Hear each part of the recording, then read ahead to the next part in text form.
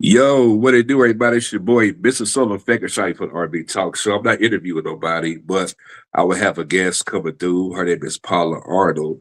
But I just want to say thank you all for supporting the RB Talk Show. All the live interviews I done done, over like the last 7 years. And those who are new to this YouTube page, who has checked out the interviews I did on Garfield, Bright, for Shy, and other guests, saying that came along and stuff like that. And gonna have more amazing guests coming through, of this month. And once March, arrives with it, next week. But this live stream episode right here, I want to talk about multi-platinum, one of the greatest boy bands of all time. I'm talking about New Edition. Hey, Ed, what's going on, Queen? How you doing? Hey, V, what's going on? How you doing? And the reason why I'm making this video, though, because I thought to myself, I was like, you know what? If there's any group that deserves to be the Rock and Roll Hall of Fame, got to be New Edition. And I want to, make some corrections, about, what was it, about New Edition. Long time ago, their team, had them, have a runner-up for the Rock and Roll Hall of Fame back in 2009. It was nominated, but everything collapsed. Fast forward up years later, now they finally got in and stuff. And sometimes, as an artist, it's like you can have success as a group. You can have success as a solo artist, but a lot of times it takes, a couple Lifetime Achievement Awards, a Star Walk of Fame, and people gotta look at the stats for them to be like, you know what, let me go ahead and put them in. Because here it was. I remember when New Edition got back together in 2012. And then as time went on, here it is. They won they was awarded Soul Train Lifetime Achievement Award, BT Lifetime Achievement Award, New Edition biopic, saying that was out. What else? They had so much success in between. But I want to also get this out the way too. This ain't a diss to the host. The interview New Edition. And they said that, wow, you guys never won a Grammy. They got nominated at one time back in like 89. But Bobby Brown was the only artist out of New Edition that won a Grammy. And he got more Grammy nominations than New Edition. So totally big difference and stuff, And that's one thing that people don't ever talk about, but that's a whole different story. So we're going to break all that down. But I was happy though because I remember like 9 years ago after doing this, I got a Star Walk of Fame. I said, okay, it's time for us to get a Rock and Roll Hall of Fame. You think about it because here it was. Either the Jackson 5 or a music band, they had a success as a group, and Michael, his career took off. We all know how they went. Jermaine Jackson career was stellar, and things like that.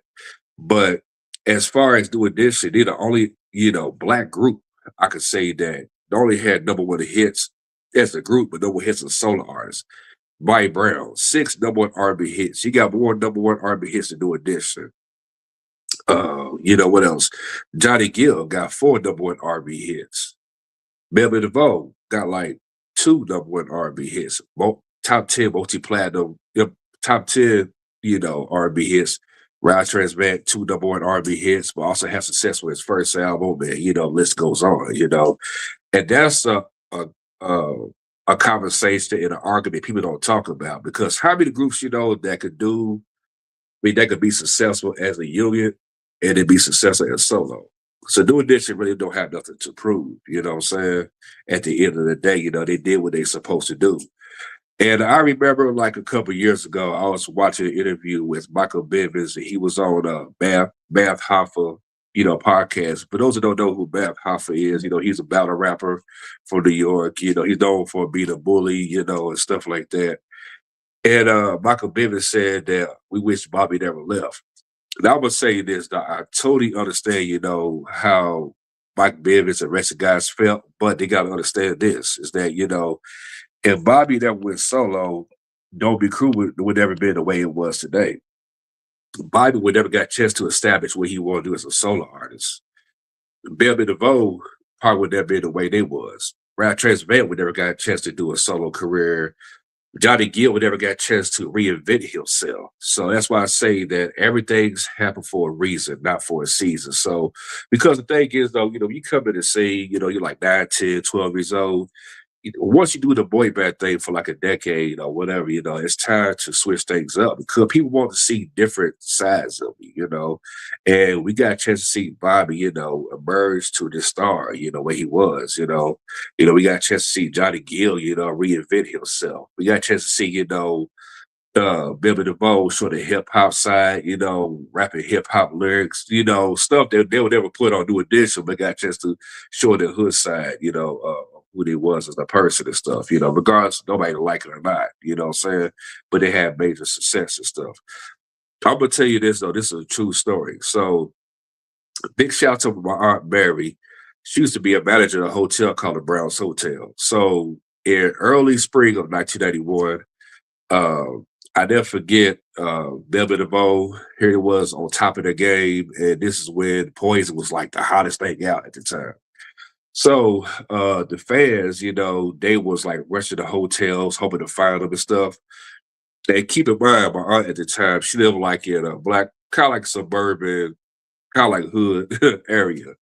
But the neighborhood was quiet, it was low key, especially at that time. And Belvin DeVoe, along with Brooke Payne, they wanted to get away, for the hotel. So they put trust in my aunt and they stayed there, that day, saying she showed around Louisville, downtown, and, certain parts of the West End, and, little things like that. They went out to eat and stuff. So the next day, so just like the next day after, my mother, she went to do my aunt's hair and stuff like that, what I'm saying? And she was, getting her hair and stuff. And for me, my mama took me with her, and I wasn't feeling good, what I'm saying? And I think I was coming from a cold or something like that, what I'm saying? And I never forget when we came in there and stuff. So I never forget when we came in the living room. So I'm walking past by, and I'm looking, and my eyes, I was like, oh my God, that's Belvin DeVoe, that's Poison. And they were sitting in my aunt's living room and stuff. Blew my mind. And my mama, she was in her 30s back then. My mom was like, who are they? I said, Mama, that's Belvin DeVoe. Like, yeah. And they would sit in the living room and stuff like that. And Ron was like, yo, peace, my brother, man. What's up? What's happening, little man? Like, yeah, I was about like 9 years old at the time. I was a little guy then, what I'm saying? And then so I never forget, I was like, well, get on back in the kitchen or something like that. But I did get mad, what I'm saying? That was the highlight of my life. That's the first time I ever talked about that, and stuff. And I would never make up a lie and put myself out there like that. But that's my true story. So that's why I say that big shouts to my Aunt Mary, because she was the first person to have Belvin DeVoe in her house. Because you think about it, I mean, here it was, New Edition was coming off a Heartbreak album. So, when everybody went solo, everybody was like, okay, what's up next? So, so when everybody went solo, Bobby was already out of here successfully. But like I said, Belvin DeVoe felt like they couldn't trust the people at the hotel. So when they stayed at my aunt's house, big shouts to my Aunt Mary, what she did at the time. So big shouts to my cousins. They were teenagers. She sent their asses over to their people's house, and she didn't want to tell them, because had she would have told her daughter and her son, which is my big cousins, man, that would have messed everything up. That would have messed everything up. So she told them after it was over with. Saying, did she give them tickets, to see them perform and, little stuff like that, what I'm saying? But that's a true story. So that was my first time ever being Belvin DeVoe. And keep in mind, this is way before R&B talk show, the Mr. Soul Effect and all that, what I'm saying? I was little shy, back then and stuff. Hey, Kiki, what's up, Queen? How you doing? What I'm saying? Big shouts to Kiki all the way from Jersey. And yeah, that's a true story, man. What I'm saying? And I told myself every interview with Belvin DeVoe, I'm going to bring that up for sure. But I'm gonna tell you though, back then, of course, for those who are younger, we never had social media. So, because back then, BT, Black Entertainment Television, when Bob Johnson was running, was a heavy tool. Soul Train, Showtime Paulo, we was talking about black outlets besides, other platforms, as far as the white, platforms and everything. But New Edition, man, there was a second cover for Jackson, like the Jackson slash Jackson 5. Because you think about it, because here it was, the Jacksons already in their 20s, early 30s and stuff like that. Then here it is, you had kids that was born like 1969, 1972. They had nothing really for them. They did, what I'm saying, but nobody really around their age until 1983 when New Edition came to the scene. Once Canada Girl exploded, game over. You know what I'm saying? And I tell you this though, I remember as a child, growing up, and BT Video Soul used to play the hell out of New Edition, man. It was always a rotation. It was New Edition, Ready for the World, was it Four MDs, Lisa the Kojam, of course, Michael Jackson, Janet, you name it and stuff. It was like a whole marathon. But I remember when I got a little bit older, when the Heartbreak album came out. Let me tell you something. Though. The Heartbreak album, man, was a monster era. You know what I'm saying? Big shout out to Jimmy Jerry St. Louis, because I'm gonna tell you something though. As much we talk about their early beginnings, that album Heartbreak really sealed the deal to what was to come. You know what I'm saying? Because if you look at the videos, you look at how the fellas was growing, and they was, got a chance to really beat themselves as young adults at that times. And keep in mind, it was all between like 19, 20, 21 years old, you know what I'm saying? Then you had Johnny Gill, he was like 22, 23, you know what I'm saying? But as far as that age category, they got chances, show who they truly are. We all felt like, okay, this Heartbreak album, we love it, but we feel like something else is going to happen. Here come their solo careers. But I'm gonna tell you what's so funny though, because like when Johnny Gill dropped his solo album, Bebe DeVoe dropped their solo album, Round Transvat, they were still playing the Heartbreak album in rotation. And I remember back in 1991, BT did like a segment marathon there. It was like the number one R&B group, so boy bands of the 80s. They mentioned New Edition. They started playing, the group stuff and the solo stuff. That's how huge that was and stuff and everything. Now, I'm going to start off with Bobby Brown. I'm going to tell you something though. To us as fans, as far as the solo stands, Bobby was like the second version of Michael Jackson, like the hip hop version, and we all know, the whole shenanigans, we ain't got to go through none of that, you know what I'm saying? But I will say this though, to me, I thought to myself, Bobby, man, for somebody that when people, shitted on him and say that he wasn't gonna be nothing, to join, a boy band. That when things when things went left to go solo, Bobby was, saying propelled to be a solo artist. Cause you think about it, if anybody that was a kid, a teenager, or a young adult at that time, we first started doing this and and looking back, and you look at Bobby like, okay, I know he's a kid, he's sick with New Edition. Just something about him is different. I don't know what it is, you know what I'm saying? He was destined to go solo. But that Dolby Crew Bobby was coming out. You know what I'm saying? You hear like the live show concerts and everything. He'll try to out-sing the group and stuff. Ricky Bill look at him like, nigga, come on, dude, we gotta go to the next song. That was the King of Stage Bobby coming out. You know what I'm saying? It's not like he planned it, but sometimes, when life is designed that way, they're meant to go in a different direction. You know what I'm saying? But here it is. You know, we ain't got let's leave King of Snakes out of this. That was just, he was just, cooking. Don't Be Crew took his career to a whole different level. I mean, you think about it. Michael Jackson dominated the 80s with Off the Wall, Thriller, and Bad. So it was like, okay, who's gonna be the next one to match that or get close to that?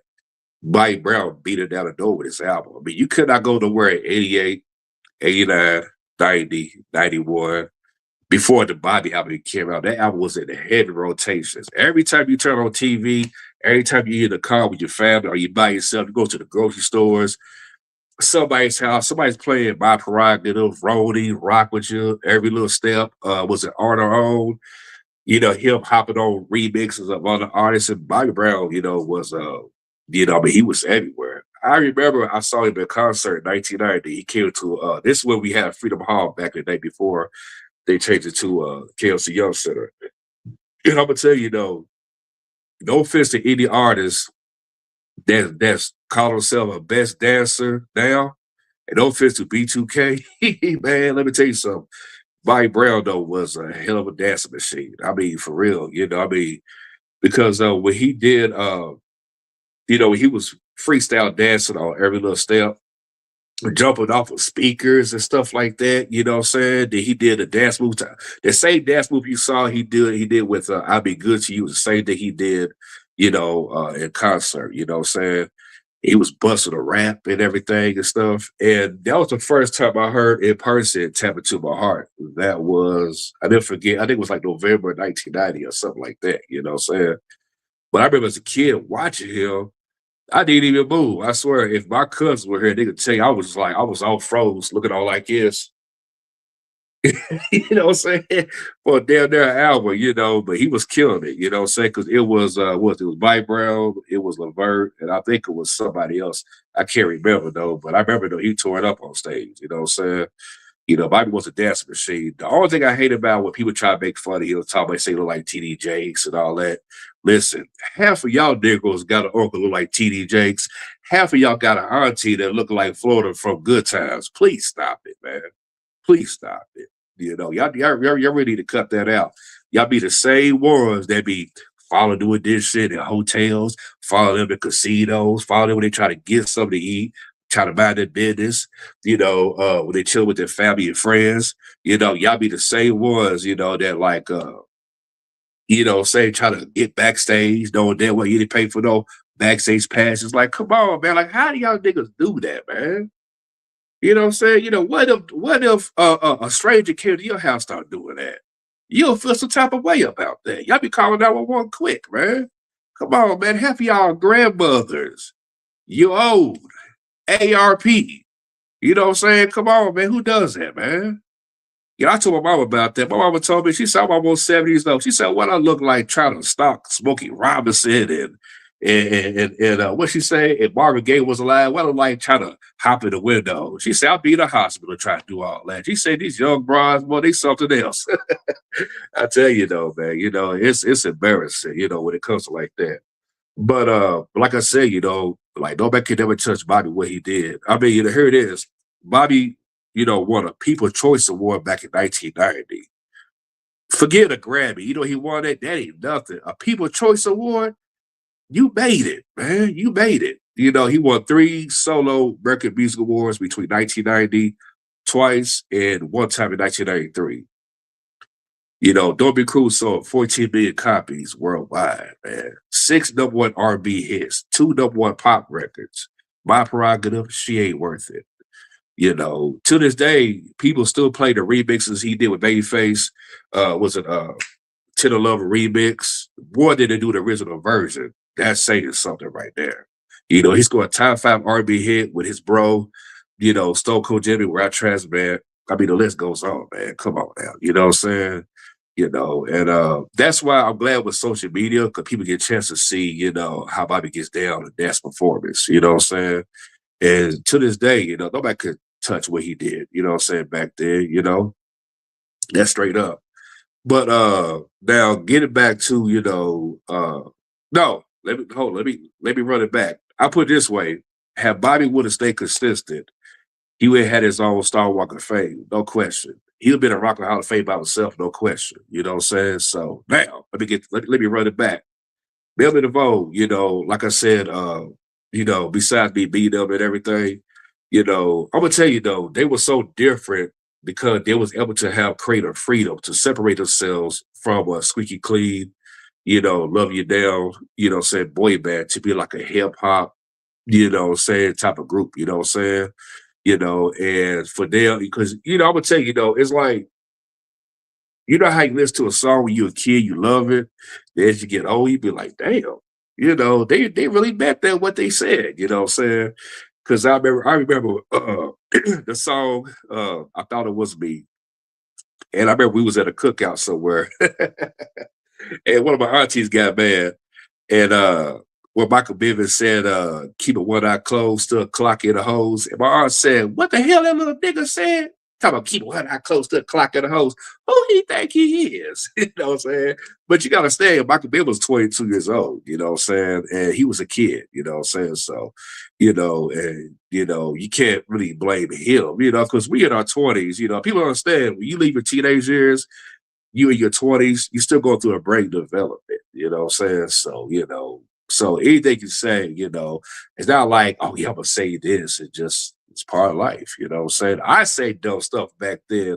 Well, when I look back on my life, I'd be like, oh man, wish I could went back in time and kind of like change all that, but hey, life is life, you feel me? Uh, but I'm gonna tell you a bit of both, man. I'm glad that as a trio they got their flowers. But I will say this though, we need more Bell Biv DeVoe music. But I would love to see Bell Biv DeVoe, man, work with Timbaland. I would love to see Bell Biv DeVoe, work with some hip hop, producers as well as I'm gonna tell you, man, I would love to see Bell Biv DeVoe work with Pharrell Williams that do stuff with T.I. I love for them to work with the Organized Noise. I mean, there's a bunch of people in between because I felt like, we didn't get enough of them. Even though they put out Three Stripes in 2017, but I felt like that album, man, I feel like we need more of Bell Biv DeVoe, you know what I'm saying? As much as they feel like they need to put something out. That's my honest God opinion. Um, Rap Trans, man, I'm gonna tell you that I remember when he performed Sensitivity at the MTV Awards. That's when New Edition did that All Six reunion, for the first time, as far as like public national TV. And let me tell you something. Back in those days, when big shouts to the people that was hired, that had the ear for music and know how to, organize a situation when it comes to Black artists that knew how to, not only perform and have good music, but the older generation at that time had common sense, And when they're like, I remember when I first said Sensitivity, I was like, what song is that? And then when that song came out, I think like a week later, so the video just blew up, you know what I'm saying? Right away, And I remember when 91, well, the 90 and 91, you could not go nowhere when I hear Sensitivity. You know what I'm saying? Also, here comes Stone Cold Gentleman. Here comes Do What I Gotta Do. Then here comes the House Party 2 soundtrack, Rated R, Yo Baby Yo, And it was cool to see Rap Trans back, his solo side, you know what I'm saying? And I'm gonna tell you this though, I love Michael Bivins, I love Ryan DeVoe, how they rap, and Bobby, I'm sorry though, man. Rap Trans, man, that song Rated R, he slaughtered the hell out of that song, you know what I'm saying? And what was so dope, it was like, even though he's not known for rapping, but it was so dope that he made a statement because you got to understand, lead singers, they get all kinds of pressure, more than a second lead, third lead, fourth lead, and whatever else. And him to prove that, I said, now, how many R&B singers, that would have said what he said? You just a punk butter on a microphone, and what I'm saying, and Jack they do to this.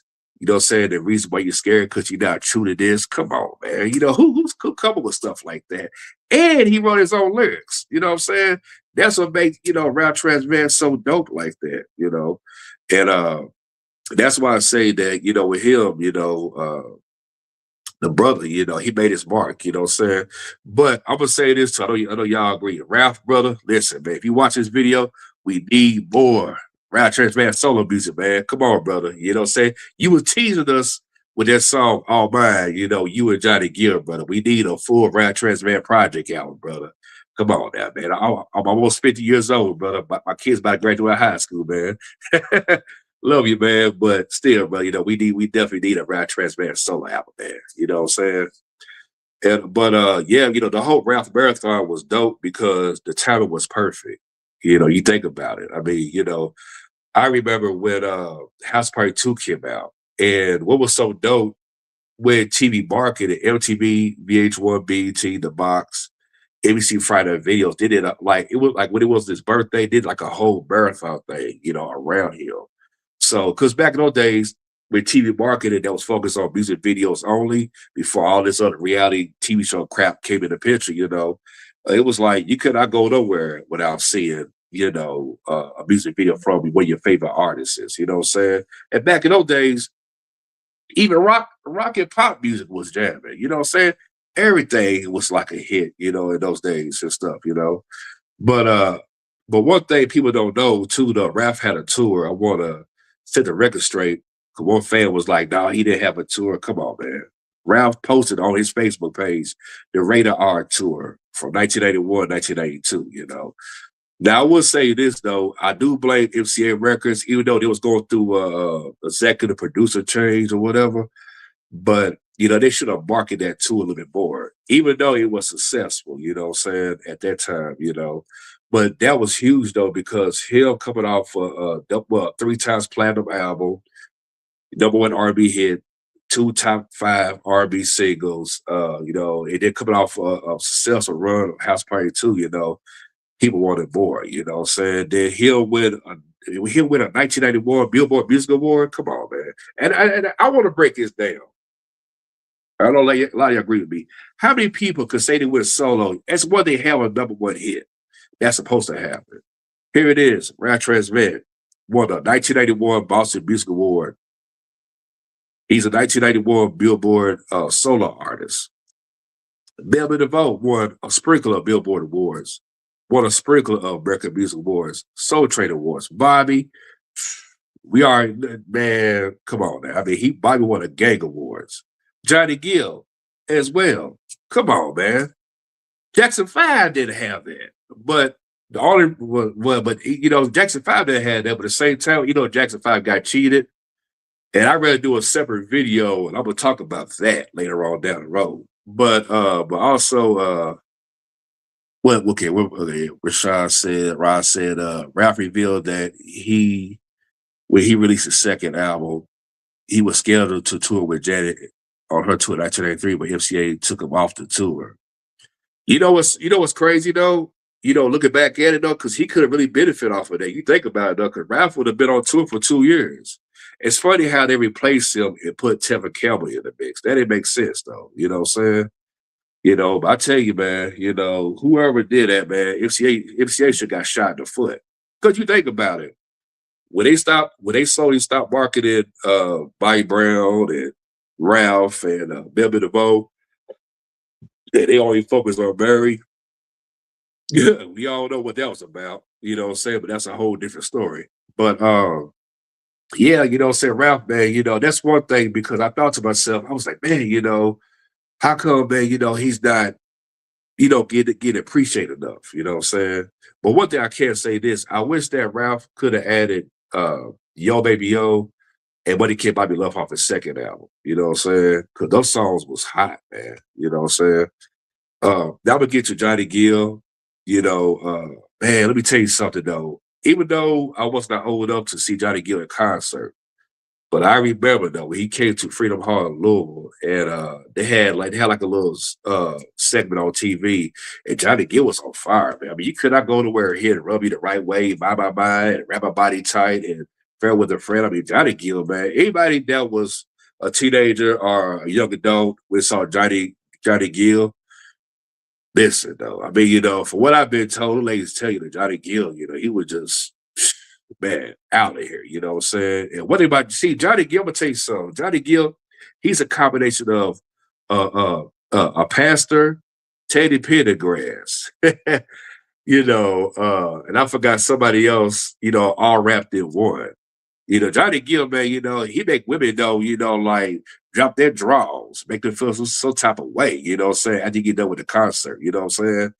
I tell you though, you know, and because I put it like this, if you know, for those, you know, who's always on YouTube and stuff, they never saw this live performance back in like 1993, if they type in Johnny Gill, there you go, then you know what I'm talking about, you know what I'm saying? You know, and I tell you, I mean, he definitely the truth. Excuse me, y'all. You know, so I'm just coming down from this cold and everything. But make a long story short, you know what I'm saying? I mean, you know, he was a monster, man. He was a monster. You know, he definitely was, you know what I'm saying? I mean, Johnny Gill is crazy. Big shouts to black music artists that gave him his, you know, gave him a R&B icon award because he definitely deserved it. You think about it. I mean, how many solo artists you know that had success with Stacey Latta's song, had minor success as solo artists. They turn around, join, a boy band like New Edition, have amazing success. They turn around, his solo career skyrocketed. Fast forward up, got with LSG, had success over there. Then he went back to do his solo thing again. How many artists that could do groups, duos, and still have a solo career and have success in all three or four of those? So Johnny Gill was like a chameleon, man, and it is crazy though. He don't get the proper flowers he deserves. But that's how artists, but that's how the media world is. It's like they only deal with this much of black artists, but they won't deal with the rest, and that's the sad part about that. So that's why I say that, this world, man, it's crazy how that goes, straight up, you know what I'm saying? Oh yeah, Silent Prayer with Shanice. Oh yeah, I forgot about that. And I'm gonna say this too though. If people type in Silent Prayer with Shanice and Johnny Gill, trust me though, that's a great, it's like a 1992 Arsenio Hall performance. Oh man, like they tore it up, what I'm saying, on there. And that song is so underrated, man. That song, never gets talked about enough. But one thing I hate about, with music sometimes, it don't fit so many black fans. I wish that they would focus more on the R&B hits. That goes to the radio heads, the podcasts, and everything. Because for me, I never cared too much for the Hot 100. So that's cool because arts music cross over. And a lot of times, too, labels got a lot to do with that. And I feel like Motown really did do Johnny Gill his justice. I really did, you know what I'm saying? And no offense to Andre Harrell, I feel like he failed Johnny Gill in all levels. And you guys already know what I'm talking about. I don't care who gets mad, so what? You know what I'm saying? Like this arguing with your mother. I ain't got nothing to do with that. But I feel like him coming off a successful album, I feel like, he should have got that same type of love, but that's how the music industry is. They love you one day and get you up out of here the next, and stuff. But yeah, like I said, they definitely deserve their flowers. I'm glad they finally, being a Rock and Hall of Fame. And I would say this though, to anybody who knows how this business is, understand this, It's one thing the fans try to organize a situation for the arts to be in the Hall of Fame, but it takes a PR, it takes an agency and a manager and an arts team to come together collectively to make that bid. These little assistants have nothing to do with a person being a Rock and Hall of Fame. If anybody gets on Facebook, Instagram, and be like, yeah, we working on it, don't believe them. So just keep moving. And I know a sprinkle of people know they bitching that lies on the internet, act like they got something to do with that. Oh yeah, I was there. Yeah, girl, we was talking about this for a minute. Yeah, we had to put a bid in. Your black ass got no type of power, man. Come on, man, please, man. Please stop it. You know what I'm saying? Stop lying, man. So like I said, it takes, a PR, a manager, and an agency to really make that happen. You know what I'm saying? Straight up. And then once they come together, especially come to any Lifetime Hall of Fame Awards, it's an NDA contract. Artists cannot mention it yet until they actually put it out there. You know what I'm saying? Then they go ahead and talk about it. Anybody that's like a yes woman, yes man, and that's a groupie, don't believe nothing what they gotta say, because they would sit here and lie. You know what I'm saying? It's like they lied on that Star Walker fame. It's like they lie on all those other Lifetime Achievement Awards. Those type of people that y'all know ain't got nothing to do with that. You know what I'm saying? Y'all know who I'm talking about. Because all they gonna do is try to gaslight a situation. And I love my black people, but I wish we will stop this. Want to feel ourselves so bad, man. It's just killing us, man. You know what I'm saying? I mean, it's pathetic, man. The stuff. I'm gonna highlight some comments on here because I see y'all leaving comments. Let me get on here real quick. I'm gonna scroll it down.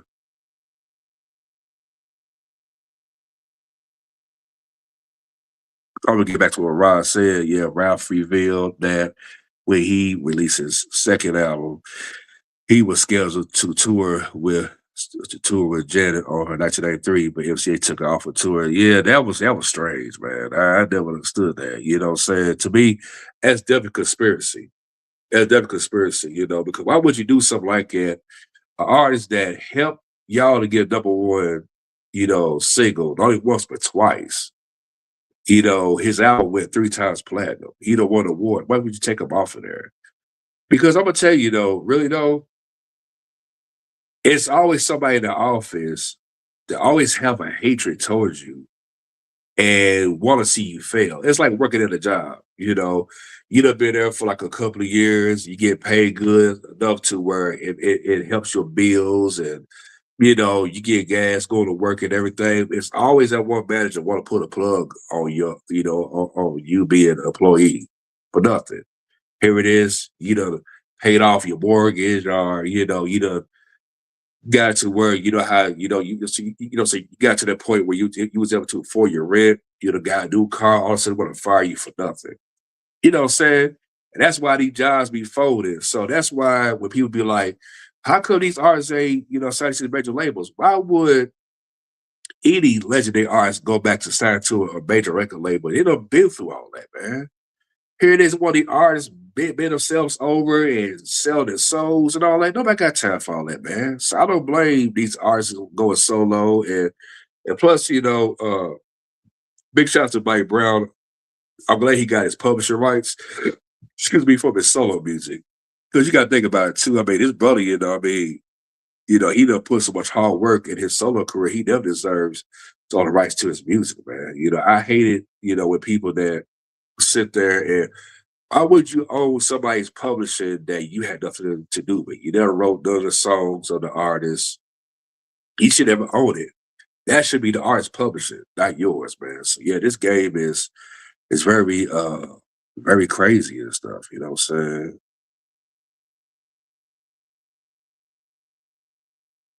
Yeah, Kiki said Ralph definitely needs a new album out. Yeah, man. Please, Ralph, man. We need a new album from you, brother. Yeah, man. Don't tease us like that, man. And then another thing too, with SRG, they being sued by Key Lattimore. Just let you know that, even after seven, and I forgot somebody else. Yeah, they owe Key Lattimore $100,000. Yeah, that's a true story on that one. But like I said, and I want to say this too. A fan left a comment on Instagram talking about Johnny Gill's included in it too. Of course, he been doing this since he since 1987, a year before the album came out. Of course, so I can see if he only did one album with them after they be like, you know what, I ain't go back with no niggas. So I can see that. But yes, once you're part of the group for a long time and you are part of part of their legacy, yeah. So I hate when people say this stupid stuff, man. That's why I say, man, some folks, man, they should have stayed in school, man. You know what I'm saying? Because we are suffering from nigga literacy, not literacy, nigga literacy. Some people are just very literate, man. You know what I'm saying? It's like the porch lights on, but ain't nobody at home, say cut the lights off, man. You know what I'm saying? That's the honest God truth, But anyway, just want to say thank you all for taking the time coming on here. Be on the lookout. I got gang of interviews coming through. I got Montez Miller tomorrow night. And then March, you know what I'm saying? I mean, I got Miles J. Oh God, I got Aaron Stevenson. I got was it Karen White and everybody else and stuff like that. So be on the lookout for that. So, we definitely gonna have a ball. But with that being said, like I said, make sure you guys, go to www.rockhalloffame.com and vote for New Edition, man. You know what I'm saying? Because definitely needs your votes, because here it is. This guy been putting in work since 1983 far as national TV wise. You know what I'm saying? I mean, 43 years, 43 journeys. It's time, man. So get these brothers to the Rock and Roll Hall of Fame. We only got so much to get these brothers in. Because I'm gonna tell you something, New Edition, any lifers, man. Y'all been going hard for New Edition. Please go hard, man. You know what I'm saying? Because these brothers, they depend on y'all, Because if you got no time to figure out, what's their favorite I ain't gonna say what it is. But my thing like this, it's definitely important, please vote, you know what I'm saying?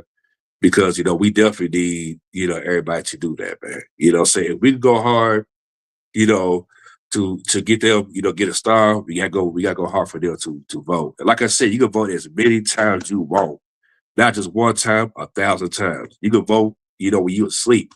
Be all like this.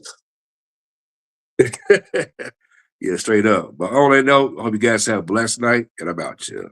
Peace.